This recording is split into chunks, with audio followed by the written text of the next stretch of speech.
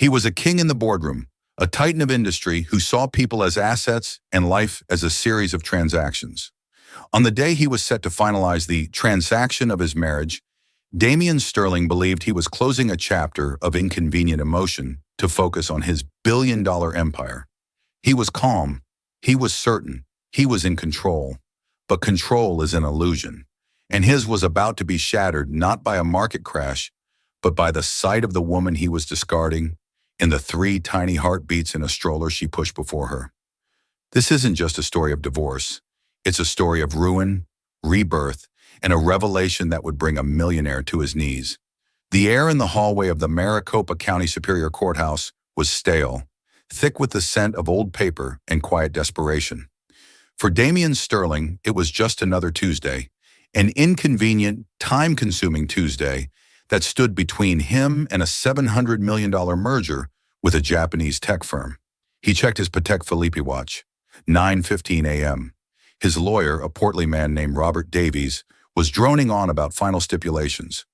She gets the house in Scottsdale, the G-Wagon, and the agreed-upon alimony for 5 years. In return, she signs the NDA and relinquishes any and all future claims to Sterling Innovations or any subsidiary assets. It's clean, Damian, a clean break. Damian nodded, his gaze fixed on the double doors at the end of the hall. His jaw was a hard line of granite. Is she here yet, Robert? I have a call with Tokyo at 11. She should be. Her lawyer, Ms. Albright, confirmed. Damian adjusted the knot on his Tom Ford tie. He felt nothing. Or rather, he had convinced himself he felt nothing. Lara Vance, soon to be Lara Vance again, not Sterling, was a chapter he was closing. She was beautiful, kind, and intelligent, the perfect wife for a man of his stature. But she was soft. She talked about feelings, about us time, about wanting a family, distractions. His legacy wasn't going to be children. It was going to be Sterling Innovations, a titan of next-gen biotech and AI logistics that would reshape the world.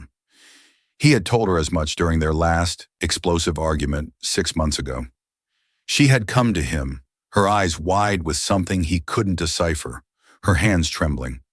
Damian, we need to talk. There's something important. He had waved her off, his phone pressed to his ear. Not now, Lara. I'm closing the Biogen deal. But this can't wait. It's about us, our future. Our future, he'd said, finally looking at her with cold irritation, is this company. Everything else is secondary. We'll talk when I have time. He never made time. A week later, he came home to a silent, empty penthouse. Half her clothes were gone. On his pillow, a simple handwritten note. You were right. The company is your future. I need to go find mine. Below it, her wedding ring. He had been angry at first. The audacity. But anger quickly gave way to a cold, calculated relief. It was for the best. No more emotional clutter. He filed for divorce the next day. The double doors at the end of the hall swung open. A woman from her lawyer's office walked through, then held the door. And then Damian's world, the carefully constructed, sterile, and predictable world he had built, tilted on its axis. It was Lara, but it wasn't the Lara he remembered. The defeated, heartbroken woman from their last fight was gone. This Lara stood taller, despite the visible exhaustion under her eyes. There was a fierce, protective strength in her posture he'd never seen before. Her simple floral dress couldn't hide the changes in her body, the subtle fullness that remained. But that wasn't what stole the air from Damian's lungs. It was what she was pushing. A stroller? Not a single, but a wide, state-of-the-art triple stroller. In it, nestled in soft blankets, were 3 tiny sleeping infants. Damian's brain short-circuited. He literally took a step back, bumping into the wall. The sound of his own blood rushed in his ears, drowning out Robert's voice. Triplets? It wasn't possible. He stared, his mind racing, trying to compute the data. The timing. 6 months since she left. A full-term pregnancy. He felt a cold dread, a terrifying primal panic that no fluctuating stock price had ever induced. He strode forward, his long legs eating up the distance in the hallway until he was standing in front of her, a monolith of shock and disbelief. Lara, his voice was a harsh whisper. What is this? Ilara looked up at him, her hazel eyes not with the love he once knew, nor the pain he had last seen, but with a cool, impenetrable calm. It was the look one gives a stranger. This, she said, her voice even and clear, gesturing to the stroller, is my future, the one I went to find. Damien's gaze dropped back to the babies. One was stirring, a tiny fist batting at the air. They had his dark hair, all three of them. He could see it, even in the dim courthouse light. A boy, another boy, and a girl. He felt a dizzying vertigo. Are they... He couldn't finish the sentence. The question was a bomb he was terrified to detonate. Are they yours, Damien? Ilara finished for him, her voice laced with a bitter irony. You're a man who prides himself on data. Do the math. I left 6 months ago. These are my children. The unspoken words hung between them. They are your children too. The memory of that final conversation slammed into him. There's something important. This was it. This was what she had tried to tell him. He had been on the verge of becoming a father to 3 children, and he had dismissed it for a conference call. Panic, raw and unadulterated, seized him. His empire, his merger, his carefully planned life, it all evaporated. In its place was the terrifying, life-altering reality of 3 infants he never knew existed. Why didn't you tell me, he demanded, his voice rising. You hid this from me? You hid my children from me? Ilara's calm finally cracked, a flash of fire in her eyes. Hid them? I tried to tell you, Damien. I stood in front of you, begging for 5 minutes of your time, and you waved me away like I was an inconvenience. You told me the company was the only future that mattered, so I left to protect the only future that mattered to me. His lawyer, Robert, was now beside him, his face a mask of professional shock. Ms. Vance, this is a significant development. We need to postpone. We need to establish paternity. Do what you must, Ilara said, her attention already back on the stirring baby. She gently placed a pacifier in its mouth, her movements practiced and sure. Damien felt a surge of possessive rage. They are Sterlings. They will have the Sterling name. They will have everything. Ilara looked at him, and for the first time, he saw not anger, but pity. They don't need the Sterling name, Damien. They need a father, and you've made it abundantly clear you have no time for that role. He was about to retort, to use his power, his money to threaten and command his way back into control, when the courthouse doors opened again. A man walked in. He was tall, with kind eyes and a warm, easy smile. He wore a simple blazer and jeans, but he carried an air of quiet confidence. Damien knew him instantly. Julian Croft, his old rival from business school, now the CEO of a successful sustainable tech company, Croft Innovations. The man whose ethics and people-first approach Damien had always mocked as weak. Julian didn't even glance at Damien. His eyes went straight to Ilara, and his smile softened. Lara, sorry I'm late, Julian said, his voice a gentle murmur. The traffic was a mess. How are the little warriors? He leaned over the stroller, his familiarity with the babies a physical blow to Damien. He adjusted a blanket on one, his fingers brushing the baby's cheek with an intimacy that made Damien's blood run cold. Liam's getting fussy, Ilara said, a hint of a smile touching her lips for the first time. It was a smile Damien hadn't seen in years, and it wasn't for him. He needs his bottle. Noah and Chloe are still out for the count. Julian chuckled. Of course, Liam's the demanding one, just like his... He stopped, catching himself, and finally looked at Damien. There was no animosity in his eyes, just a cool, level assessment. Sterling.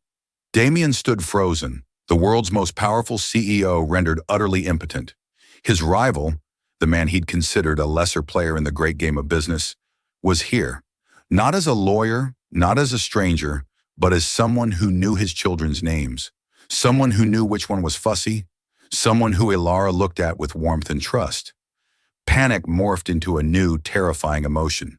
Dread mixed with a venomous, all-consuming jealousy. He wasn't just losing his wife. He had already lost her. He was watching another man step into the life that should have been his. A life he hadn't even known existed until 10 minutes ago. The divorce was no longer a clean transaction. It was the beginning of his utter ruin. The ride back to his penthouse atop the Sterling Tower was a blur of muted city sounds and the frantic cacophony inside his own head. Damien sat in the back of his chauffeured Maybach, the supple leather feeling like sandpaper against his skin. He had stormed out of the courthouse, leaving Robert Davies to stammer through a postponement request. He couldn't breathe in that hallway, couldn't stand to see Julian Croft place a comforting hand on Alara's arm as he helped her navigate the stroller towards the elevators. He was a man who solved problems. He acquired companies, crushed competitors, bent markets to his will. This was a problem of a different magnitude. The elevator opened directly into his home. The penthouse was a monument to his success. 40-foot floor-to-ceiling windows offering a godlike view of the city, minimalist Italian furniture, a curated collection of modern art. It was cold, silent, and for the first time, crushingly empty.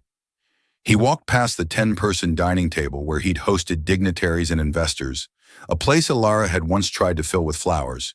He told her they were impractical. He strode into the master bedroom, a vast expanse of gray and chrome. He stood before the floor-to-ceiling mirror and saw not the titan of industry, but a hollowed-out man whose world had been upended. Liam, Noah, Chloe. The names echoed in the cavernous silence. His children. He had sons, a daughter. The thought was so alien, so overwhelming it was physically painful. He had built an empire of steel and silicon, but he had no idea how to be a father. His CEO instincts kicked in, a desperate attempt to regain control. He pulled out his phone, his fingers flying across the screen. First, he called Robert Davies. "I want a paternity test. Expedited. The best lab in the country. Money is no object," he commanded, his voice tight. "And I want you to start drawing up custody papers. Full custody. I have the resources. She's living, God knows where, with him." "Damien, we need to be careful," Robert warned. "A judge will see this as reactionary. She's their mother. She's been their sole caregiver. We can't just—" "Make it happen, Robert," Damien snarled, hanging up. He was already dialing his head of security. "I want a full background check on Julian Croft. Everything. Business, personal, financial, where he lives, who he sees. I want to know what he had for breakfast, and I want to know where Alara is living, now." He paced the length of the penthouse, the city lights twinkling below him like a galaxy he owned but could no longer appreciate. He was trying to treat this like a hostile takeover. Gather intel, identify weaknesses, leverage resources, and win. But the image of Julian Croft's gentle hand on the stroller kept flashing in his mind. The easy way he said their names, the shared look with Alara. That wasn't a business transaction. That was life. A life that was happening without him, a life that was centered around three tiny beings who were half him. He ended up in what was once Alara's art studio. He'd begrudgingly given her a spare room with good light.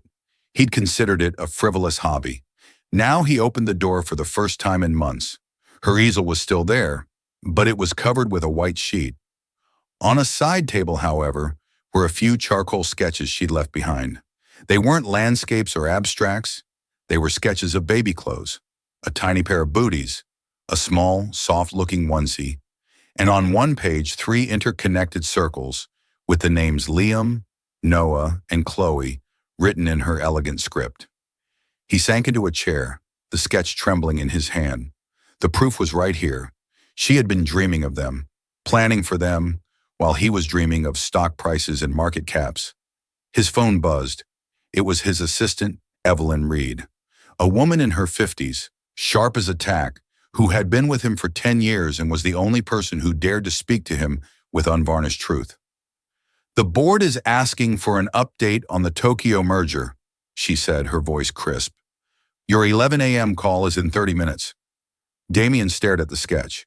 The merger felt like a distant, insignificant game. "Cancel it," he said, his voice hoarse. There was a pause on the other end. "Cancel it. Damien, this is the final negotiation. They won't reschedule. Then the deal is dead, Evelyn. I don't care." The silence that followed was profound. Evelyn, who had seen him work through pneumonia and pull all-nighters for deals a fraction of this size, knew something was fundamentally broken.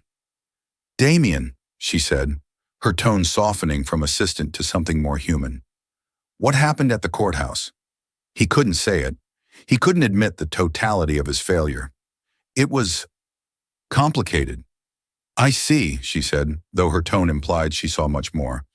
There's something else, a series of rejected payments from your personal account over the last few months. Large ones, to a high-risk obstetrics clinic, a neonatal specialist, and several baby supply stores. They were all flagged by the bank. I was going to ask you about them. Damien's blood ran cold. What are you talking about? Ilara must have still been on the joint account when she made the initial appointments. The payments were declined because they were unusual. I have the list right here. Dr. Isabel Rivas, St. Jude's Neonatal Care. He had been so disconnected, so immersed in his own world, that he hadn't even noticed. The evidence of his impending fatherhood had been sitting in his bank's fraud detection folder, and he'd been too busy, too important to look. He had not only ignored his wife, he had financially, albeit unintentionally, abandoned her during the most critical time. The thought of Ilara, pregnant with triplets, having her card decline while trying to pay for their care, it was a new level of shame. He ended the call, the phone slipping from his grasp. He looked out the window again. The city was still there. His name was still on the tower, but he had never felt so poor, so utterly bankrupt. He had all the money in the world, but he had missed everything that mattered. And worse, someone else had been there to pick up the pieces. Someone he despised. The panic was fading, replaced by a deep, terrifying ache. It was the feeling of having lost a war he never even knew he was fighting. While Damien Sterling was spiraling in his gilded cage, Ilara Vance was in her own version of a penthouse. A modest, third-floor walk-up apartment in a quiet, tree-lined neighborhood in a less fashionable part of town. The penthouse was the top floor, and its wealth wasn't in the view, but in the life it contained. The small living room was a chaotic symphony of parenthood. A playmat covered most of the floor, dotted with soft toys. A bottle warmer hummed on the kitchen counter next to a towering stack of sterilized bottles. The air smelled of baby powder and milk. This was Ilara's empire, and she was its exhausted but devoted queen. Her sister Clara was there, expertly burping Noah while Chloe slept soundly in her bouncer. I still can't believe he just showed up, Clara said, her voice sharp with disdain for Damien. The nerve of that man, after everything. What did you do? What could I do? Ilara murmured, gently rocking Liam in her arms. The courthouse had drained her. Seeing Damien had been like touching a live wire. All the old pain, the love, the disappointment had surged through her in one agonizing jolt. Ms. Albright handled the postponement. Julian got me out of there before I fell apart. Thank God for Julian, Clara said, placing the now settled Noah into his bassinet. Seriously, Ilara, the man is a saint. Who else helps a nearly stranger, pregnant with triplets, find an apartment, co-signs the lease because the landlord is a jerk, and then spends his weekends helping assemble cribs? Ilara looked around the small apartment. Julian's kindness was everywhere. The sturdy cribs, the high-end baby monitor he'd insisted on buying, the freezer full of portioned meals his own personal chef had prepared for her for the first month after the babies were born. She had met him by chance. It was 2 months after she'd left Damien. She was hugely pregnant, exhausted and lonely, sitting in a small cafe, trying to figure out how to navigate the welfare system on a laptop. She'd been a CEO's wife. She had no credit history of her own, no recent work experience. Her attempt to use the joint account for the first specialist visit had been declined, a humiliation that had left her in tears. She was trying to sell some of her jewelry, the last vestiges of her old life, to pay for the mounting medical bills. A man at the next table had noticed her distress. "Excuse me," he'd said gently. "You look like you have the weight of the world on your shoulders. I don't mean to pry, but is there anything I can do to help?" It was Julian Croft. She recognized him from a business magazine profile she'd once seen. Damien's rival. Her first instinct was to refuse, a knee-jerk loyalty to the man who had shattered her heart. But his eyes held only genuine concern, not pity or avarice, and she was desperate. Hesitantly, she told him a sanitized version of her story, a marriage that had ended, a surprise high-risk pregnancy, and the struggle to get back on her feet. She never mentioned Damien by name. Julian listened. He didn't offer platitudes. He offered practical solutions. He knew a pro bono financial advisor who specialized in cases like hers. He knew a landlord in a building his company owned a small stake in. He gave her his personal number and told her to call if she needed anything at all. And she did. She needed help carrying groceries up the stairs. She needed a ride to a late-night hospital checkup when a scare sent her into a panic.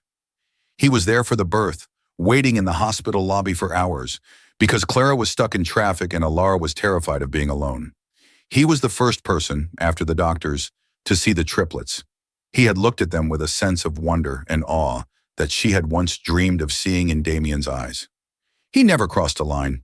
He was a friend, a steady, supportive presence. He never spoke ill of her estranged husband, only focusing on her and the baby's well-being. But in his quiet, consistent support, he highlighted everything Damien was not. "Is he in love with you?" Clara asked, her voice softer now. Alara sighed, her gaze distant. "I don't know. Maybe. Sometimes I think I see it in his eyes. But he knows how broken I am. He knows all I have room for in my heart right now is them." She looked down at the three perfect faces. "We're a package deal. A very loud, very demanding package." "A beautiful package," Julian's voice said from the doorway. He let himself in with a key she had insisted he take for emergencies, his arms full of grocery bags. He smiled, his presence instantly lightening the mood in the room. "And I brought reinforcements." He began unpacking: organic baby formula, diapers, and a bottle of expensive wine for Clara, and a non-alcoholic one for Alara.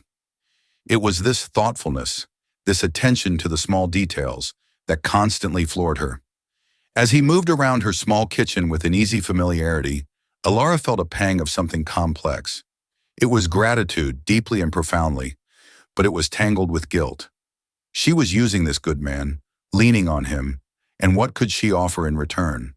Her life was a chaotic mess of feeding schedules and diaper changes. "Julian, you have to stop this," she said quietly, once Clara had left. "It's too much." He stopped and turned to her, his expression serious. "Stop what? Helping a friend? Alara, when I met you, you were trying to sell a beautiful diamond bracelet to pay for a doctor's visit.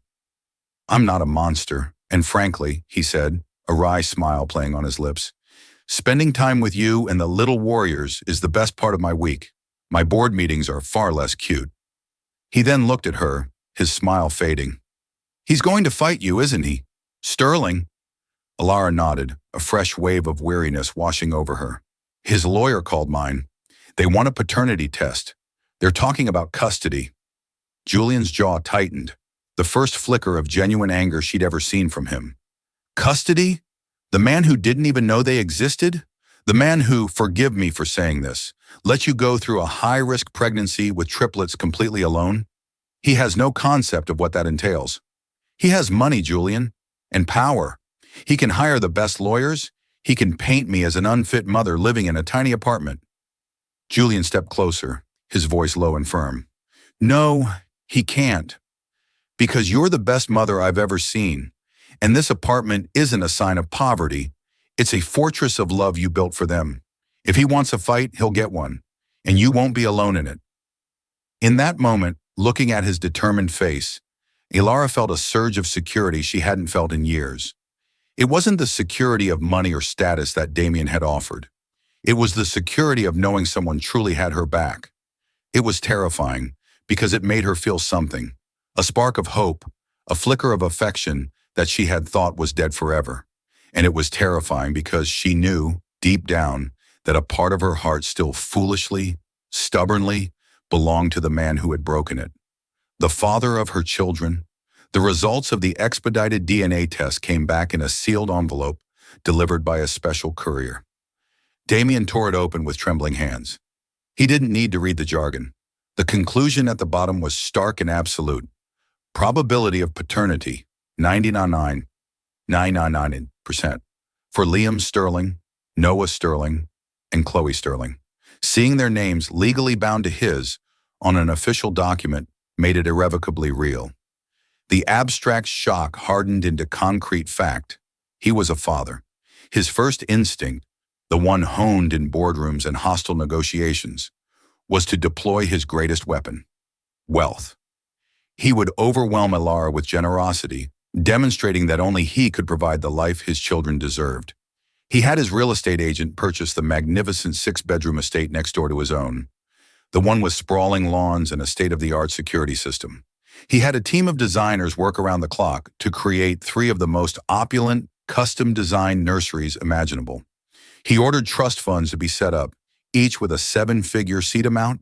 He sent a fleet of black cars to her apartment building, laden with gifts, designer baby clothes from Paris, the most expensive German-engineered stroller on the market, a mountain of toys that would fill a preschool. The response came not as a phone call, but as a single, devastatingly simple act. The next day, every single item was returned to the lobby of the Sterling Tower. The designer clothes, the toys, the stroller, all of it.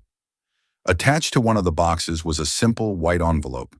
Inside, a note in Alara's handwriting. "Damien, my children need a father, not a financier.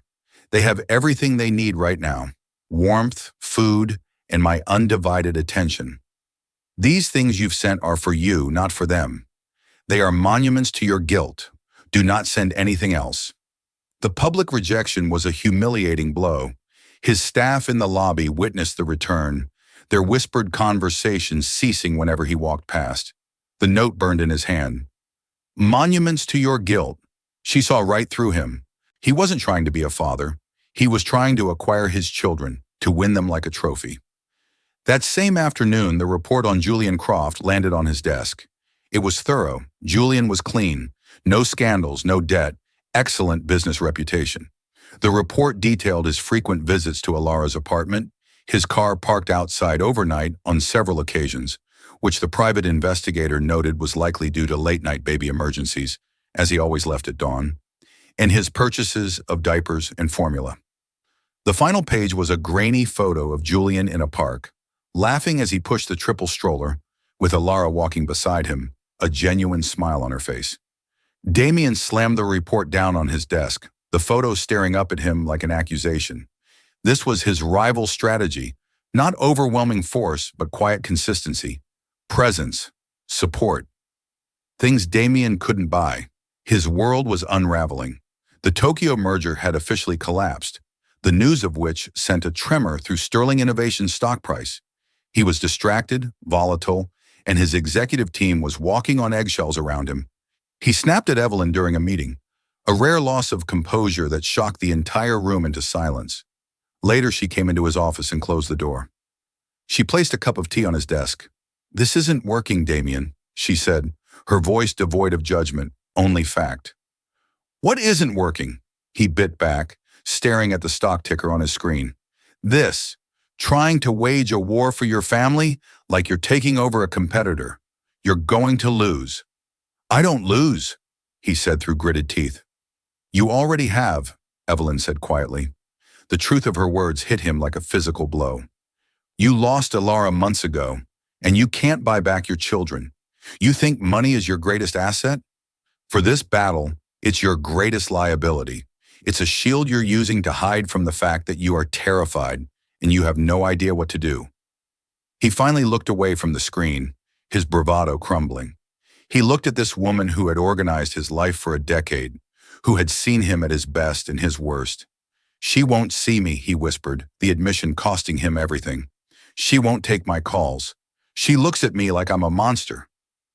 "Did you ever think," Evelyn said gently, "to just say sorry? Not 'I'm sorry, here's a mansion.' Just, 'I'm sorry, I messed up. I was a fool.' No clauses, no conditions. Just the truth." The concept was as foreign to him as changing a diaper. In his world, apologies were admissions of weakness. You never gave ground. But Evelyn was right. His strategy, the only one he knew, was a catastrophic failure. He was at rock bottom, sitting in a penthouse worth tens of millions, feeling utterly worthless.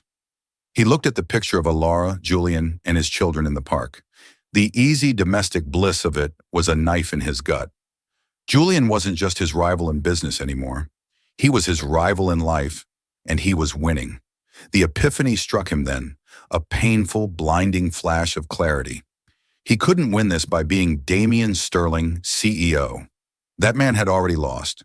To have any chance at all, he had to become someone else entirely. He had to become a father. And that wasn't a title you could purchase. It was one you had to earn. He picked up a pen and a simple sheet of paper from his desk, pushing aside the multi-million-dollar contracts. He thought for a long time. Then he began to write. It wasn't a legal document or a business proposal. It was a letter, and it started with the two hardest words he had ever written. I'm sorry. The letter arrived by a simple postal service, a stark contrast to the fleet of couriers Damien usually employed. Ilara stared at the envelope, her name and address written in Damien's sharp, decisive handwriting. She almost threw it away, but a flicker of morbid curiosity made her open it. The letter was short, stripped of his usual corporate jargon and arrogance. Ilara, I am sorry. Those are the only words that matter, and I have no right to ask you to believe them. I was a fool. I was arrogant, and I was blind. I threw away the most important thing in my life because I couldn't see past my own ambition. I am not writing to make excuses. There are none. I am not writing to ask for your forgiveness, as I haven't earned it. I am writing to ask for something else, a chance. Not for me and you, but for them. May I please see my children? Not to claim them, not to shower them with things, but just to see them, to learn their faces. I will meet you anywhere, anytime, under any conditions you set. Whatever you decide, I will respect it. Damien. She read it 3 times. It was the most honest thing he had ever written to her. The raw vulnerability in it unsettled her.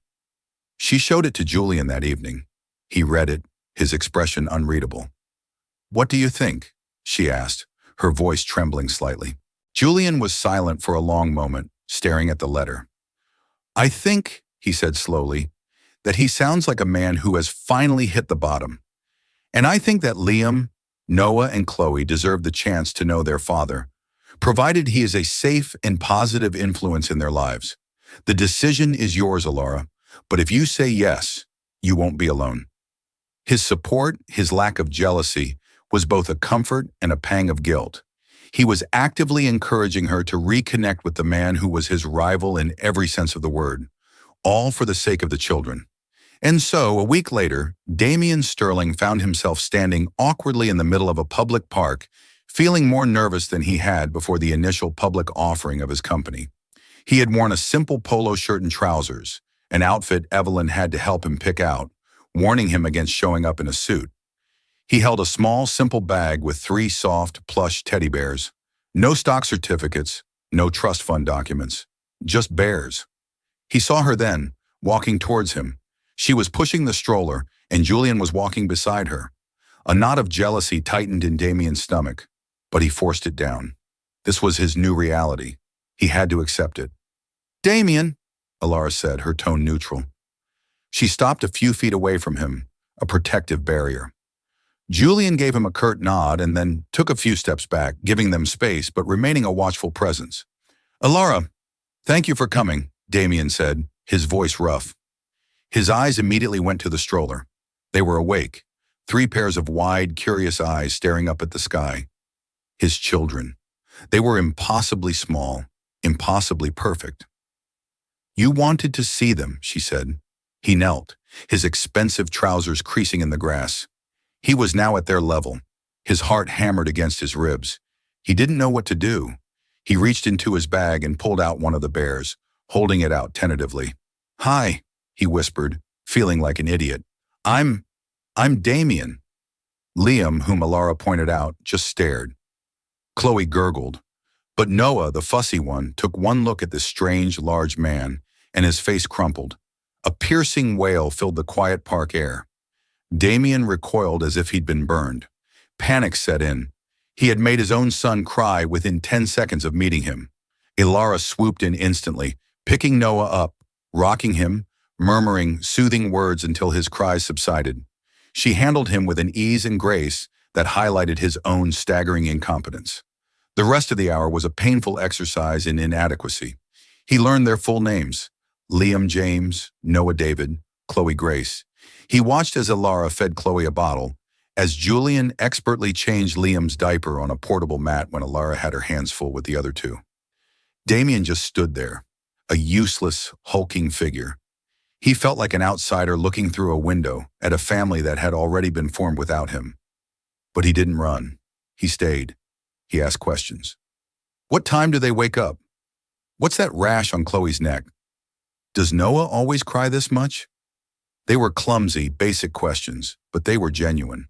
Ilara answered them tersely at first, but gradually, seeing his sincere effort, her tone softened almost imperceptibly. This became the new routine. Twice a week, in the park. Damien read parenting books at night, devouring them like business reports. He learned about colic, sleep regression, and teething. The next time he came, he brought a teething toy, which Chloe happily gummed. It was a small victory, but it felt bigger than closing a multi-million-dollar deal. He learned to tell them apart not just by their bracelets, but by their personalities. Liam was the calm observer. Chloe was endlessly curious, her eyes following everything. Noah was sensitive and attached to his mother.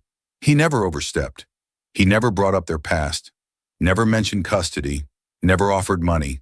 He just showed up, on time every time. One day it started to rain unexpectedly. They huddled under a large oak tree. Julian, who had been about to leave for a meeting, immediately took off his blazer and held it over the stroller to shield the babies. Damien, without thinking, took off his own expensive jacket and draped it over Alara's shoulders. She flinched at his touch, but she didn't shrug it off. They stood there for a moment, the five of them, a strange, broken, and patched-together family, waiting for the storm to pass.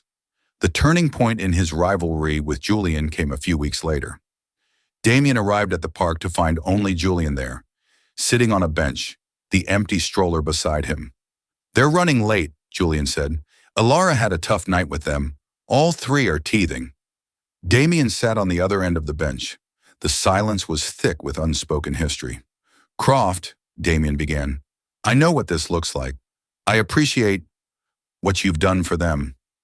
The words felt like swallowing glass. Julian turned to him, his expression serious. "I didn't do it for you, Sterling. I did it for her and for them, because it was the right thing to do. And because," he paused, his gaze direct, "I came to care for her very much."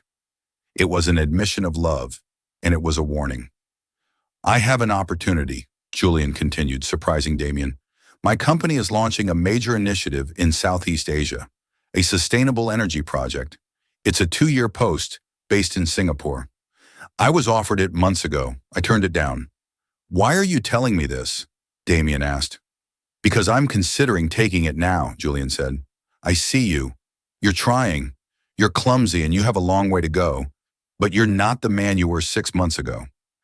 "Alara," she's confused. "She's grateful to me, but her heart is still tied up with you. You're the father of her children. It's a bond I can't compete with." He stood up, his gaze unwavering. "I'm not going to be the guy who waits around, hoping a family falls apart. That's not who I am. Those kids need their father. Don't you dare prove me wrong for stepping aside. Don't you dare break her heart again." Julian Croft, his greatest rival, was not just conceding the field. He was challenging Damien to be a better man. He was gracefully exiting, leaving a vacuum that only Damien could fill. The weight of that responsibility, of that unexpected trust, was heavier than his entire empire. Julian's departure for Singapore left a noticeable void. The park meetings felt different, emptier. The buffer was gone.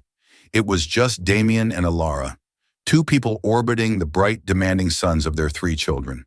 The tension between them was palpable, a fragile truce held together by diapers and feeding schedules. Damien continued to be patient, to learn, to simply be present. He was playing the long game, not for a company, but for a life. The real test came on a Tuesday night, close to midnight. Damien was in his office, the last one in the tower as usual, but instead of analyzing market trends, he was staring at a photo on his phone, a picture Ilara had hesitantly sent him that afternoon of Chloe taking her first wobbly steps. A small smile touched his lips. His private line, the one only a handful of people had, rang shrilly, shattering the silence. The caller ID flashed a name he never expected to see at this hour. Ilara. His heart leaped into his throat. He answered instantly. Ilara, what's wrong? Damien. Her voice was tight with panic, a sound that sliced through him. It's Liam. He's burning up. The digital thermometer says 104. He's so limp and he's having trouble breathing. I don't know what to do. The pediatrician's line is busy. Where are you? Damien demanded, already shrugging on his jacket and grabbing his keys. I'm at home. I was about to call an ambulance. Don't. I'll be there in 10 minutes. I'm faster, he said, his voice taking on a command tone he hadn't used with her in months. But this time it was born of focus, not arrogance. Get him ready. Get the other two ready. We're going to the emergency room at Phoenix Children's Hospital. It's the best. Go. He didn't wait for a reply. He sprinted through the empty office, his mind a steel trap of efficiency. He called the hospital's chief administrator, a man he knew from a charity board, on his way to the elevator. Dr. Matthews, it's Damien Sterling. I'm on my way to your ER with my infant son. High fever, respiratory distress. His name is Liam Sterling. I need your best pediatric team on standby. There was no hesitation, no question of pulling strings. This was a father's prerogative. He broke every speed limit, his Maybach eating up the miles of deserted streets. When he screeched to a halt in front of her apartment building, she was already there, a frantic silhouette under a streetlight, juggling a diaper bag and holding a worryingly still Liam, while Noah and Chloe were strapped in their car seats inside the stroller. Damien was out of the car in a flash. He didn't see a woman who had left him. He saw the terrified mother of his child. He gently took Liam from her. The heat radiating from the tiny body was terrifying. Get in the back with them, he commanded gently. He expertly collapsed the stroller and put it in the trunk, a skill he'd practiced in his garage, before getting them all safely into the car and racing towards the hospital. The hours that followed were a blur of sterile white walls, the beeping of machines, and hushed conversations with doctors. Liam had a severe case of RSV, a respiratory virus that can be dangerous for infants. They admitted him immediately. Damien took over. While Ilara stayed glued to Liam's side, he handled everything else. He arranged for a private room. He had food and coffee brought for Ilara. He calmly rocked a crying Noah in one arm, while using his phone with the other hand to cancel his entire schedule for the week, pushing back a meeting with his board of directors with a simple, non-negotiable text. Family emergency. I am unavailable until further notice. Sometime around 4 a.m., with Liam's fever finally starting to break thanks to the medication, Damien found Ilara slumped in a chair, her face pale with exhaustion, staring at their son in the hospital crib. Noah and Chloe were asleep in portable bassinets the nurses had provided. He knelt in front of her, taking her cold hands in his. He's going to be okay, Ilara. They said he's responding well. She looked at him, her eyes shimmering with unshed tears. All the walls she had so carefully constructed between them had been demolished by the night's terror. I was so scared, she whispered, and the first person I thought to call was you. I'm glad you did, he said, his voice thick with emotion. I'm his father. This is where I am supposed to be. They sat in silence for a long time, their hands clasped together, watching their children breathe. The beeping of the heart monitor was the only sound. In the harsh fluorescent light of that hospital room, stripped of wealth, status, and rivalry, they were just two parents, bound by a shared love and a shared fear. You've changed, she said quietly, her gaze searching his face. I had to, he answered, his thumb stroking the back of her hand. I was living in a black and white world, obsessed with building a legacy out of concrete and code. I didn't realize the real legacy was the one I almost threw away. You, Liam, Noah, Chloe, you're the color. You're everything. A single tear rolled down her cheek. It wasn't a tear of sadness or anger, but of a slow, cautious thaw. A few days later, when Liam was discharged, Damien drove them all home. Not to her small apartment, but to the large empty house he had bought months ago.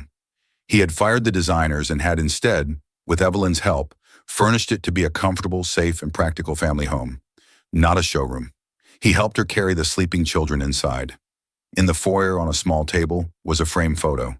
It was the grainy picture his PI had taken, the one of her, Julian, and the babies in the park. She looked at it, confused. "I kept it to remind myself," he said softly, "of what a family looks like, and what I had to become to deserve one." He then reached into his jacket and pulled out a worn, slightly crumpled document. It was the divorce agreement they were meant to sign months ago. He held it out to her. She took it, her heart pounding. This was it, the final transaction. But instead of a pen, he held out a lighter. "I don't want to close a chapter, Alara," he said, his eyes pleading. "I want to start a new book. With you. With them. If you'll let me." Looking from the cold legal document to the warm, sleeping face of her son in his arms, Alara knew the answer. She took the lighter. Together they walked to the fireplace and watched the papers that were meant to tear them apart curl into ash, their old life turning into dust to make way for the new. In the end, Damien Sterling's greatest merger had nothing to do with business. It was the fusion of his broken past with a future he never knew he wanted. He learned that true wealth isn't counted in stock prices or assets, but in sleepy midnight feedings, clumsy first steps, and the unconditional love of a family. His journey from a cold-hearted CEO to a devoted father wasn't about a grand gesture, but about the 1,000 small, consistent acts of showing up. It's a powerful reminder that it's never too late to change, to tear up the old script and write a new story. What would you have done in Alara's shoes? Could you forgive a man like Damien? Let us know your thoughts in the comments below. If this story of redemption and second chances moved you, please give this video a thumbs up, share it with someone who loves a dramatic tale, and don't forget to subscribe to our channel for more stories that explore the depths of the human heart.